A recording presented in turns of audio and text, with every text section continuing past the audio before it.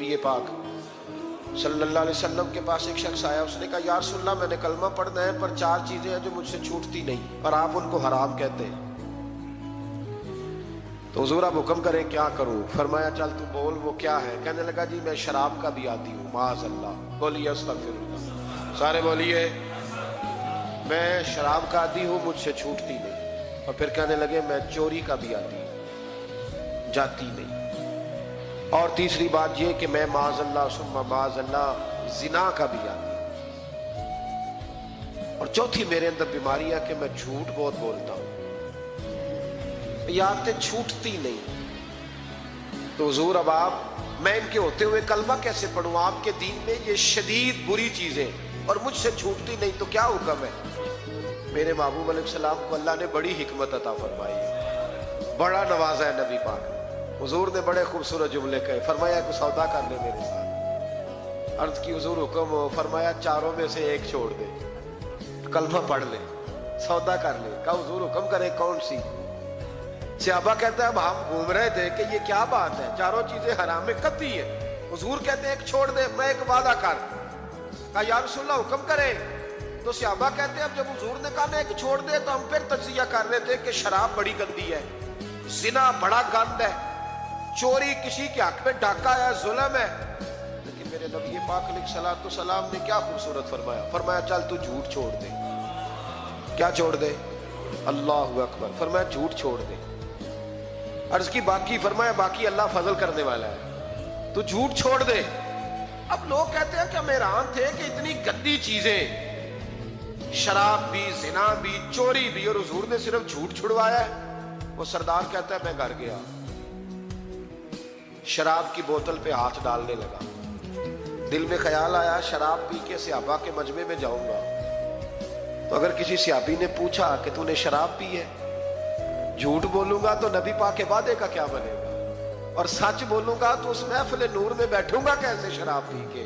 कहते 2-3 दफा हाथ बढ़ाया पर मजा नहीं आया, मैंने पटखी दीवार के साथ बोतल, मैंने कहा ये तो गई, ये नहीं पीऊंगा आज के बाद।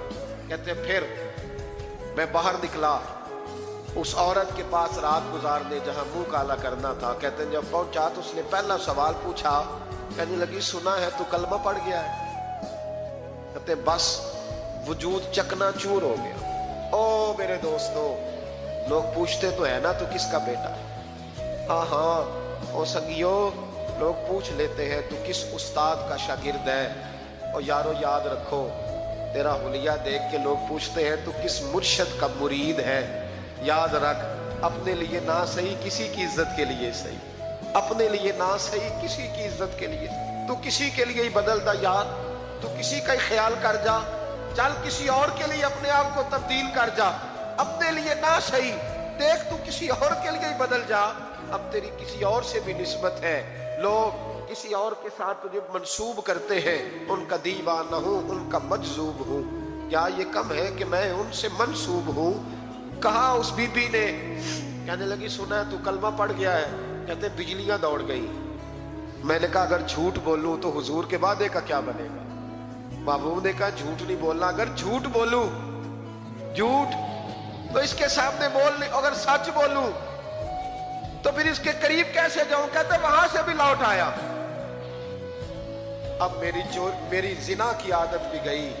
अगली शाम हुई तो सामने माल पड़ा था एक आदमी का, वो आदमी काफिल था, उस पे हाथ डालने लगा तो दिल में ख्याल आया ये सवेरे तफ्तीश भी करेगा।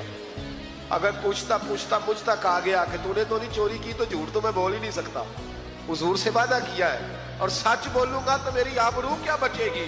कहते शाम एक दिन में गया, अगले दिन की शाम हुई तो सिर्फ सच की आदत अपनाई, मेरा जिना भी गया, मेरी चोरी भी गई, मेरी शराब कबाब भी गए। कहते तीसरे जाके दरवाजा रसूल पे बैठा, सहाबा बाकी अपना काम करते रहे, मैं सिर्फ मुस्तफा का चेहरा तकता रहा, मैं बस चेहरा तकता रहा। देर हो गई तो एक सहाबी कहने लगे क्या देख रहे हो? तो मैंने कहा इस रसूल का कमाल देख रहा हूं।